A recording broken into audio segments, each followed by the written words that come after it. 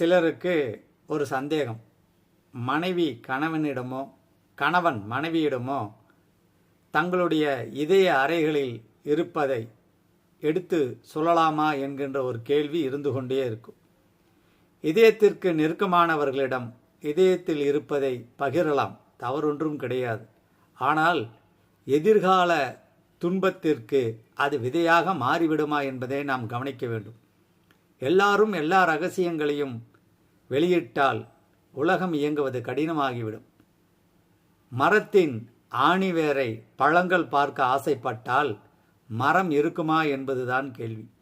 கிளைகளை, பழங்களை, மலர்களை பார்த்து ரசிப்பது ஒரு வகையான இன்பம். ஆனால் அவற்றிற்கு வேர்களை ஒருபொழுதும் தேட வேண்டாம். அஸ்திவாரங்கள் ஒருபொழுதும் தெரிவதில்லை, தெரியக்கூடாது. அப்பொழுதுதான் வாழ்வு மலர்.